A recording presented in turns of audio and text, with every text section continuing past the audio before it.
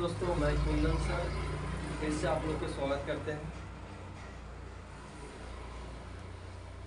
हम आज आप लोग के एसएसटी के लिए इकोनॉमिक्स, हिस्ट्री और ज्योग्राफी इस वीडियो में हम लोग देखेंगे।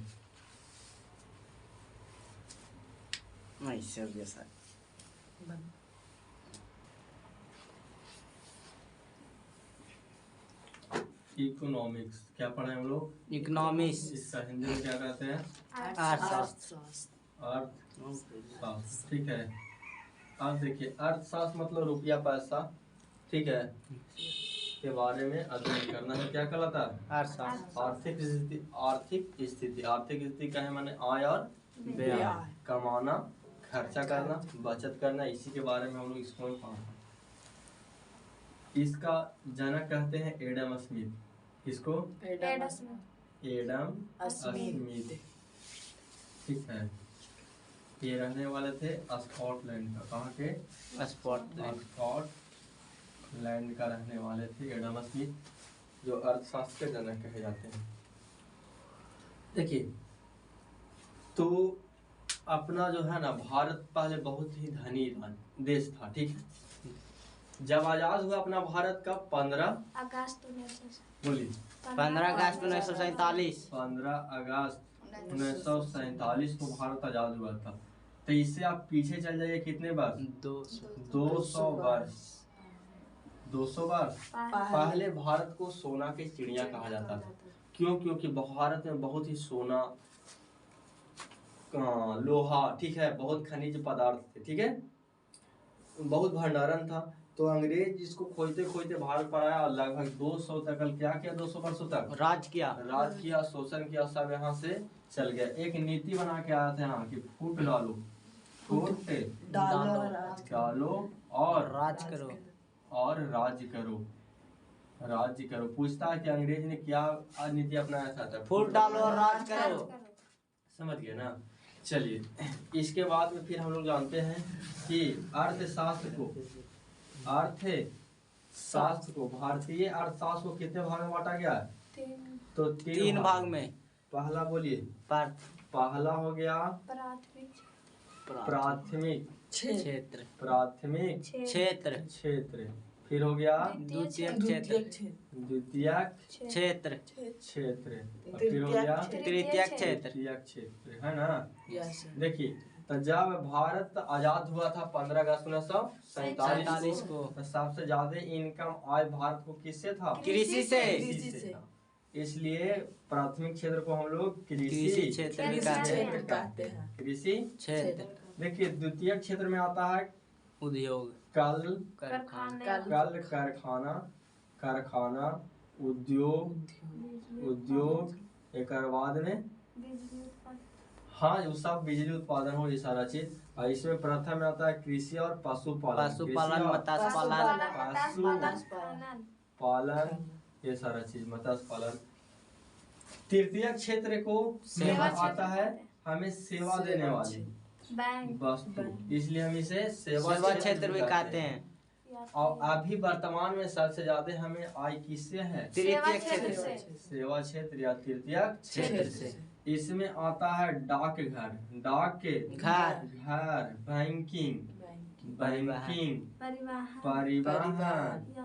परिवहन को ही यातायात। इसके बाद फिर आता है नर्सिंग होम, ये सारा चीज तृतीय क्षेत्र में है, ठीक है। Yes sir. इसके बाद अगर जो अंतरराष्ट्रीय स्तर पर देखे तो अर्थशास्त्र के भी उसी तरह से भी 3 भाग में बांटा गया। कितने भाग में बांटा गया? 3 भाग में। कौन कौन बोली? तो पहला होता है पूंजीवादी अर्थव्यवस्था, समाजवादी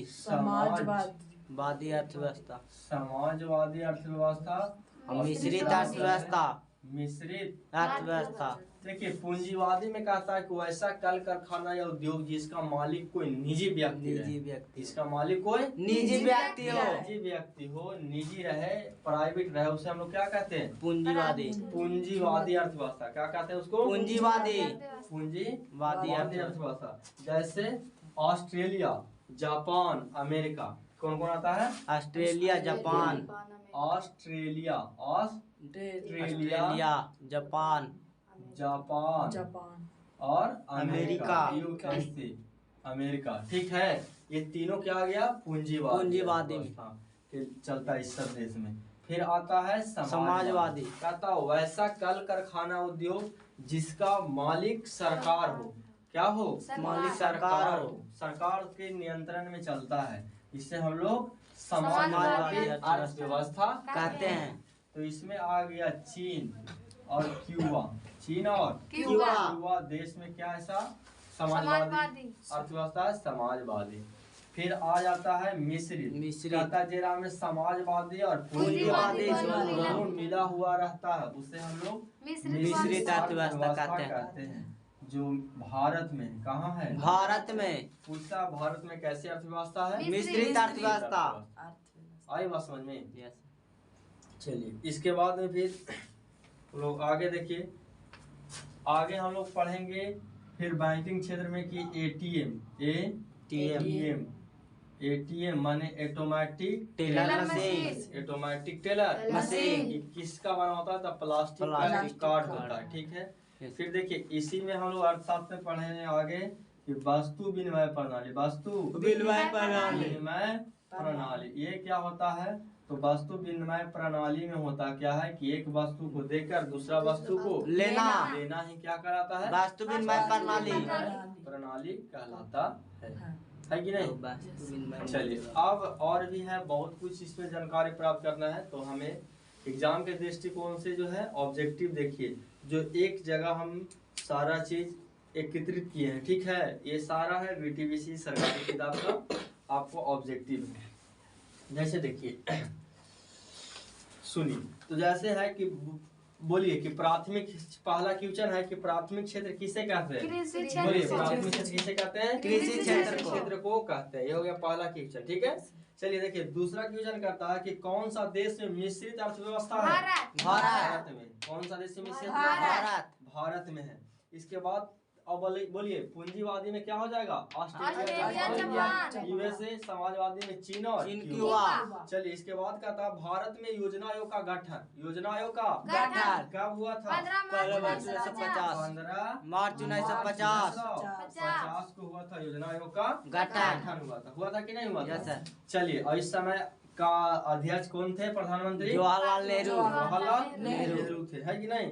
और इसको 1 जनवरी 2015 को नीति आयोग किया गया, जिसका अध्यक्ष नरेंद्र मोदी थे। चलिए फिर देखिए अगला क्वेश्चन कहता है चौथा नंबर कि जिस देश का राष्ट्रीय आय अधिक होगा, जिस देश का राष्ट्रीय आय अधिक होगा उसे कैसा देश कहते हैं?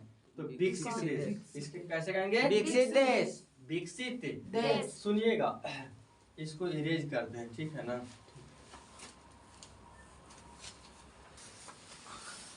चलिए बोलिए भारतीय अर्थव्यवस्था को कितने भाग में बांटा गया? 3 भागों में। कौन कौन? प्राथमिक, द्वितीयक, तृतीयक। प्राथमिक क्षेत्र को क्या कहते हैं? कृषि क्षेत्र। जब भारत आजाद हुआ था सबसे ज्यादा किससे आया था? कृषि क्षेत्र से था। ठीक है, बोलिए द्वितीय क्षेत्र में क्या होता है? कल कारखाना उद्योग।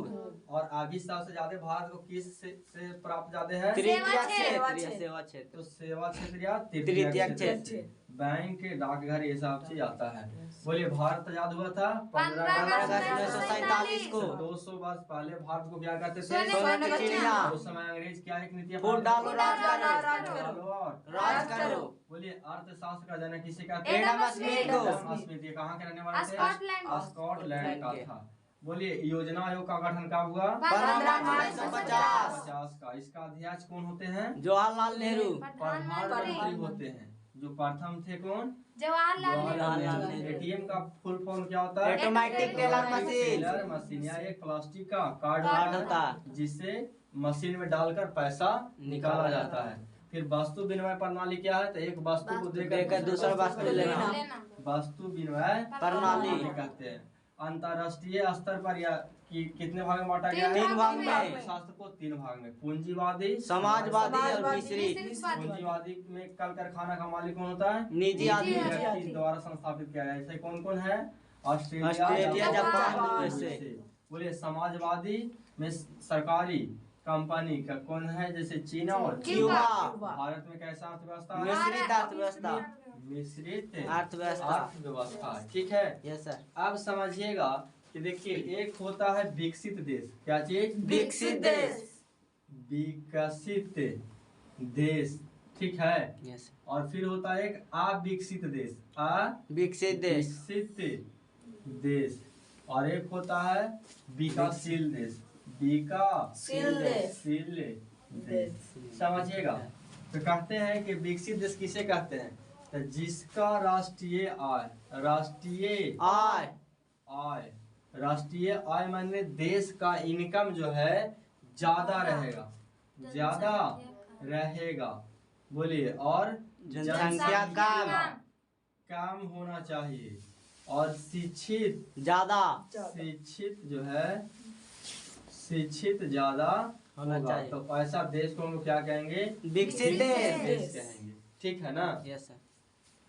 जैसे अमेरिका है कि नहीं? यस। अमेरिका, ब्रिटेन, ये सब विकसित देश है।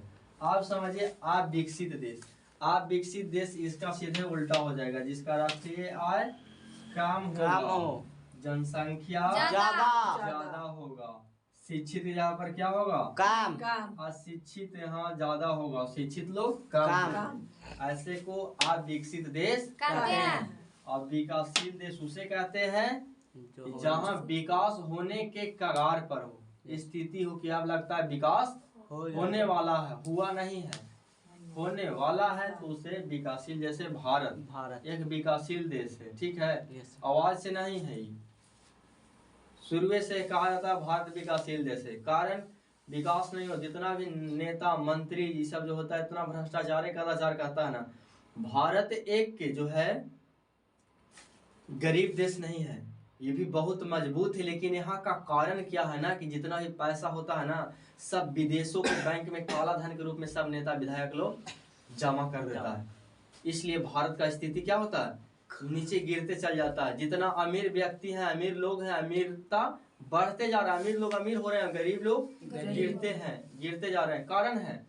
कारण वही है कि जितना भी है काला धन, सब जितना पैसा होता है, खाई से ज्यादा भी होल है तो जमा कर ले जाके अपन देश में पकड़ा के चलते ना, दूसरा विदेश में जाके जमा कर देता है, स्विच बैंक में।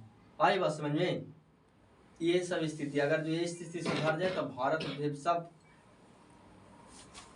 का स्थिति सुधर जाएगा। आई बात समझ में? तो बोलिए, राष्ट्रीय आय समझ में आया कि देश का कुल आय को क्या कहते हैं? राष्ट्रीय आय, ठीक है। एक होता है प्रति व्यक्ति आय। सुनिएगा कि प्रति व्यक्ति आय किसे कहते हैं? तो प्रति व्यक्ति आय कहते हैं कि राष्ट्रीय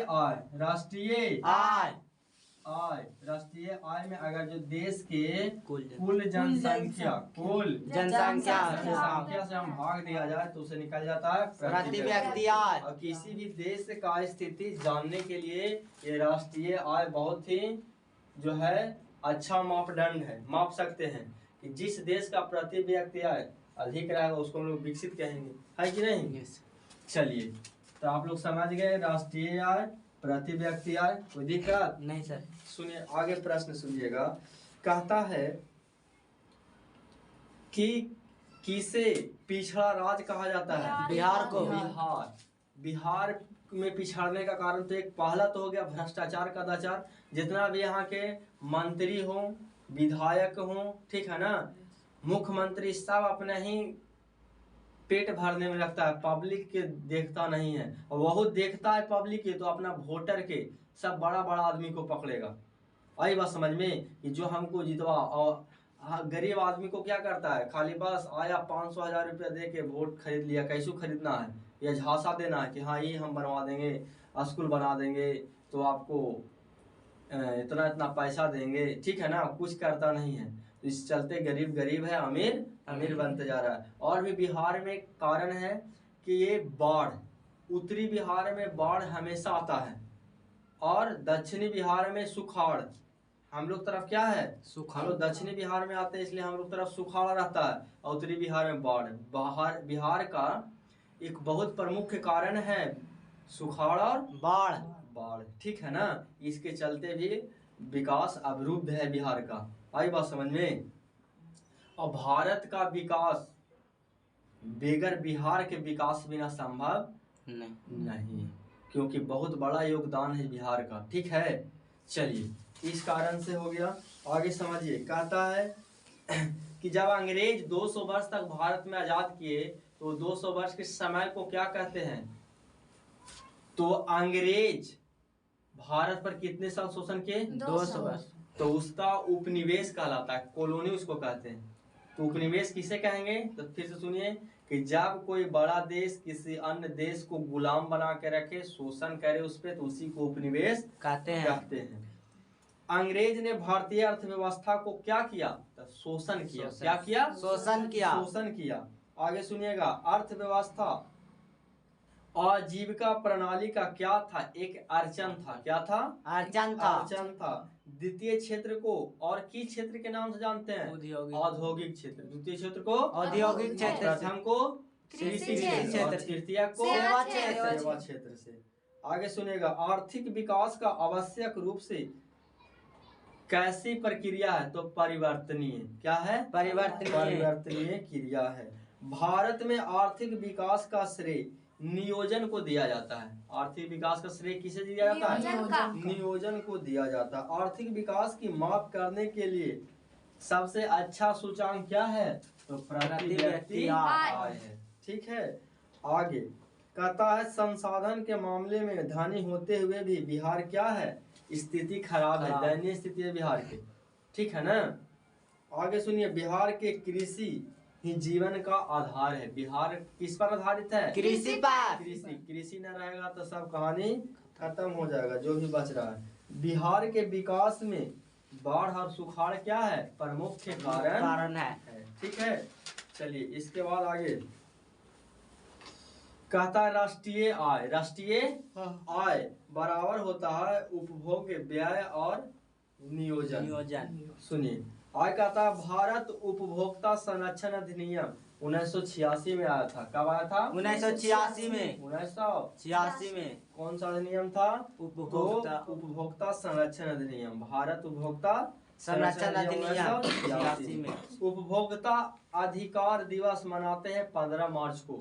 उपभोक्ता अधिकार दिवस कब मनाते हैं? 15 मार्च को। यह 1986 में लाया गया था नियम। देखिए, राष्ट्रीय उपभोक्ता हेल्पलाइन नंबर है। राष्ट्रीय उपभोक्ता हेल्पलाइन नंबर है। ये है कि 1811-4000। 1811-4000। देखिए यहाँ पे 1811-4000 यह उपभोक्ता का नंबर है कि आपको अगर जो कोई प्रॉब्लम हो, कोई दिक्कत हो वस्तु खरीदने में, मूल्य के या नकली जो भी हो, तो इसमें आप जाके फोन करके जानकारी प्राप्त कर सकते हैं। सुनिए, स्वर्ण भूषणों की परिशुद्धता को सुनिश्चित करने के लिए मान्यता प्राप्त होना आवश्यक है। जैसे स्वर्ण माने कोई लेते हैं ना सोना वगैरह, तो उस पर हॉलमार्क होता है, एक चिन्ह होता है 18 कैरेट, 24 कैरेट, 22 कैरेट। ठीक है ना, उससे शुद्धता को आप रख सकते हैं। ठीक है, हॉलमार्क स्वर्ण पर। यदि किसी वस्तु या सेवा का मूल्य 20 लाख से अधिक, 20 लाख से अधिक और 1 करोड़ से कम हो तो वह शिकायत कहाँ करेगा? ठीक है, अगर जो कोई वस्तु खरीदने गए और वो 20 लाख से अधिक है, 1 करोड़ से कम है, तो इसके लिए शिकायत आपको करना पड़ेगा राज्य आयोग में। कहाँ करना पड़ेगा? राज्य आयोग में।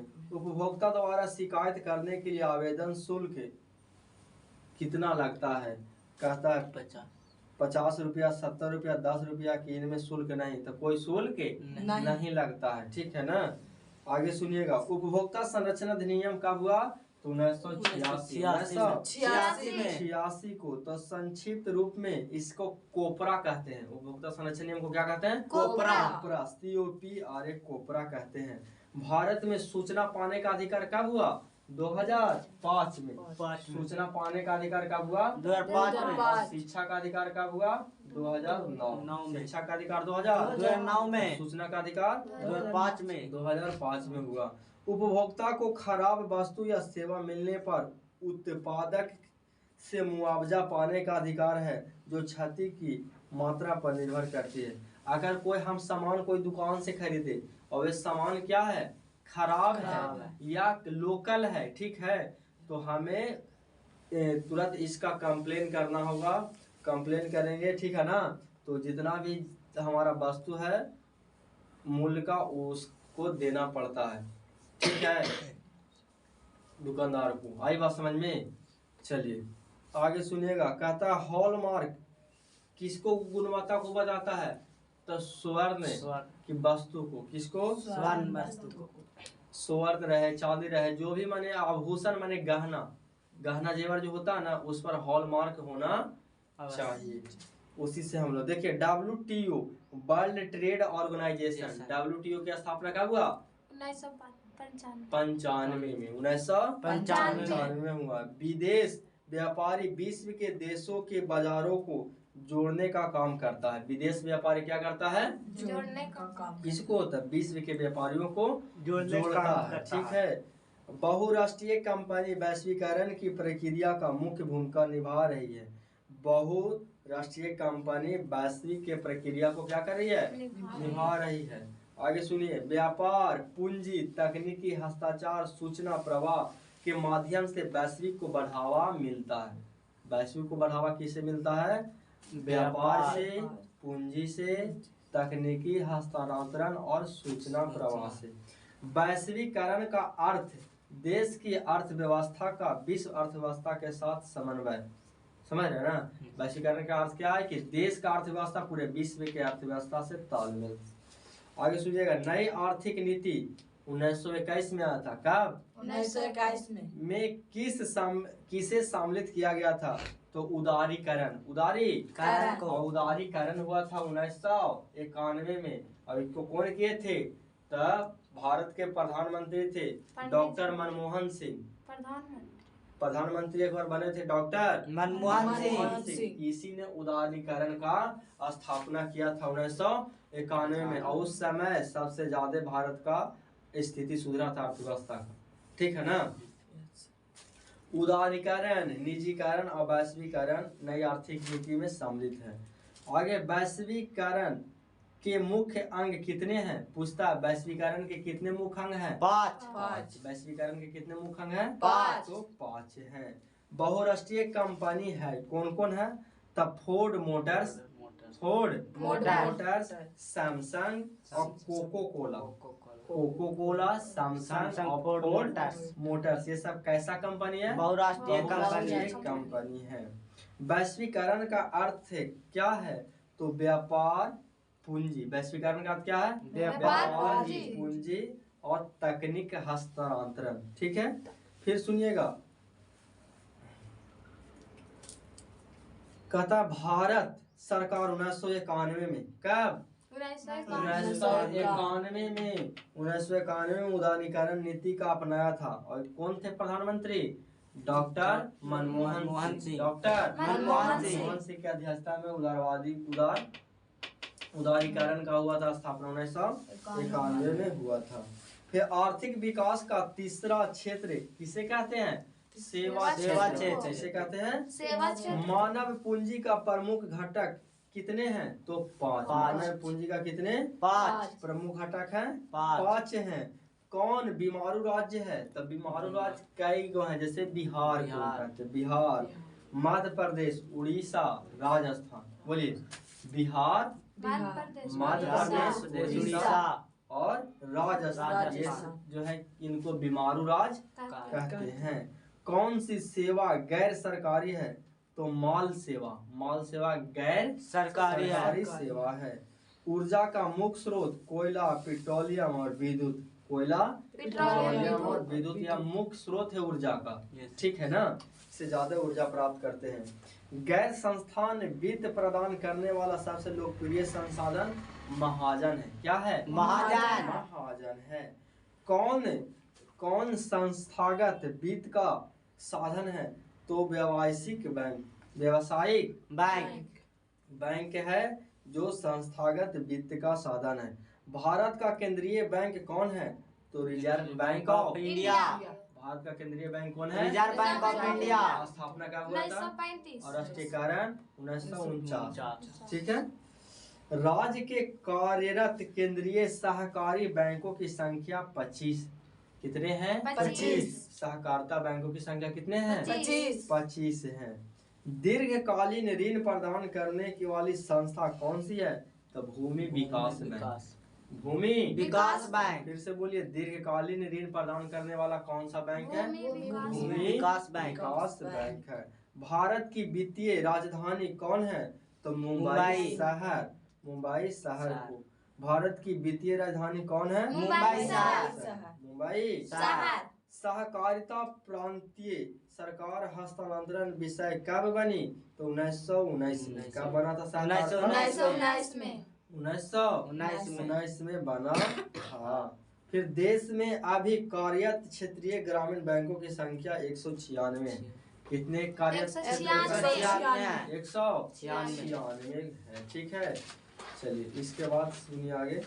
कहता है कि व्यावसायिक बैंकों का राष्ट्रीयकरण हुआ था 1969। 1969। बोलिए, व्यावसायिक बैंकों का राष्ट्रीयकरण कब हुआ था?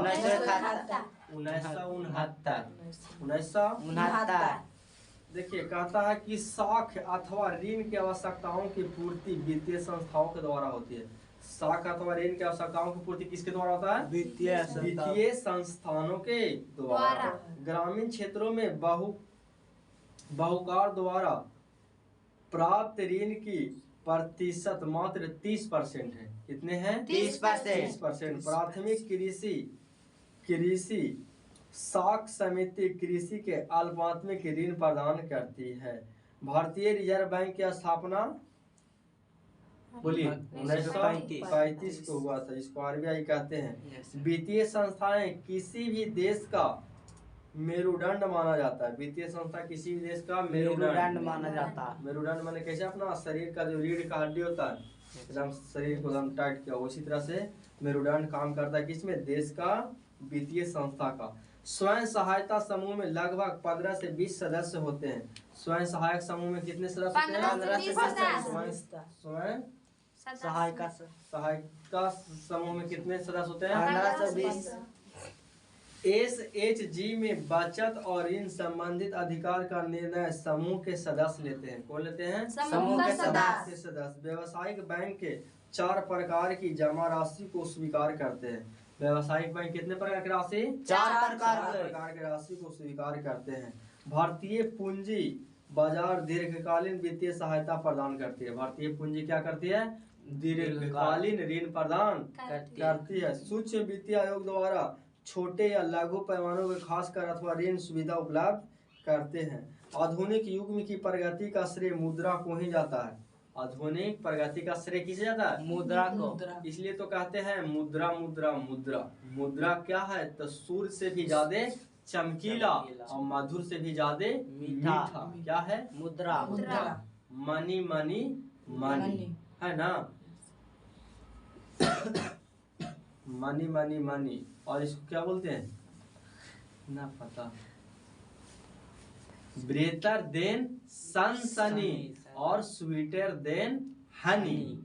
इसका इंग्लिश हुआ माने मुद्रा मुद्रा मुद्रा। मुद्रा जो है सूर्य के प्रकाश से भी ज्यादा चमकीला है और मधुर से भी ज्यादा मीठा। आपके पास पैसा रहेगा तो आप में को मतलब सबसे बहुत लोकप्रिय हो जाइएगा। ठीक है ना। ऐसा पैसा, ये ऐसा अर्थशास्त्र में हमें पढ़ना है। आगे सुनिए। कहता है आधुनिक युग की प्रगति का श्रेय किसे जाता है? मुद्रा को। मुद्रा हमारी अर्थव्यवस्था की जीवन शक्ति है। मुद्रा नहीं है, पैसा नहीं है तो रुपया नहीं, कुछ नहीं है। समझ गए? मुद्रा के विकास का इतिहास मानव सभ्यता के विकास का इतिहास है। मुद्रा का विकास कहता है कि मानव का विकास का इतिहास है। एक वस्तु के बदले दूसरे वस्तु का आदान प्रदान वस्तु विनिमय प्रणाली कहलाता है। मुद्रा का आविष्कार मनुष्य की सबसे बड़ी उपलब्धि है। मुद्रा का आविष्कार वस्तु का सबसे बड़ी उपलब्धि है। मुद्रा विनिमय का माध्यम है। मुद्रा विनिमय का क्या है? माध्यम। आगे सुनिए। कहता है प्लास्टिक मुद्रा के चलते विनिमय का कार्य सरल हो गया। विनिमय माने प्लास्टिक, जैसे ATM आ गया है कि नहीं। ATM कार्ड, क्रेडिट कार्ड है ना, ये सबसे हो गया। मुद्रा एक अच्छा सेवक है। मुद्रा क्या है? अच्छा सेवक है। आय तथा उपभोग का अंतर बचत होता है। आय में से अगर जो हम उपभोग को घटा देंगे तो क्या हमें पता चलेगा? अंतर माने घटाव, तब बचत होता है।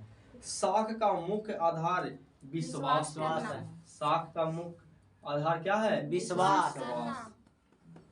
बिहार के प्रति व्यक्ति आय में कृषि क्षेत्र का योगदान सर्वाधिक है, ठीक है ना।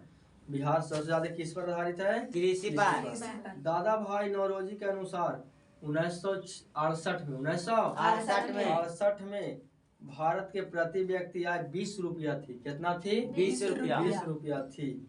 राष्ट्रीय आय एक दिन हुए समय में किसी अर्थव्यवस्था को उत्पादन शक्ति मापती है। क्या मापती है? उत्पादन शक्ति। केंद्रीय सांख्यिकी संगठन CSO का स्थापना कब हुआ था? बोलिए। 1954। ठीक है, देखिएगा इसको। 1900 CSO केंद्रीय संगठन 1951 या 54 देख लीजिएगा। भारत की औसत प्रति व्यक्ति आय क्या है? बोलिए। भारत में वित्तीय वर्ष 1 अप्रैल से 31 मार्च तक मनाते हैं। बोलिए, वित्तीय वर्ष कब मनाते हैं? 1 अप्रैल से 31 मार्च तक। 31 मार्च तक। भारत में किस राज्य का प्रति व्यक्ति सर्वाधिक है? बोलिए।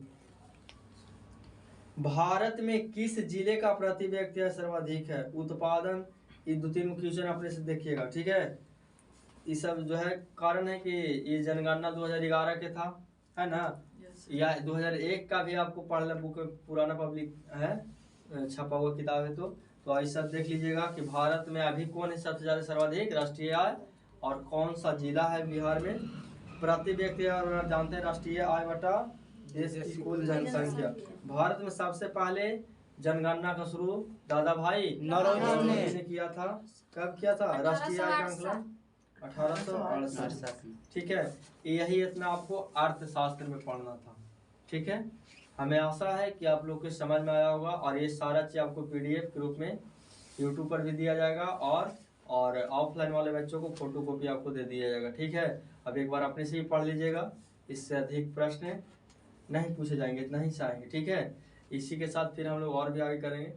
वीडियो देखने के लिए धन्यवाद। लाइक, सब्सक्राइब और शेयर करें।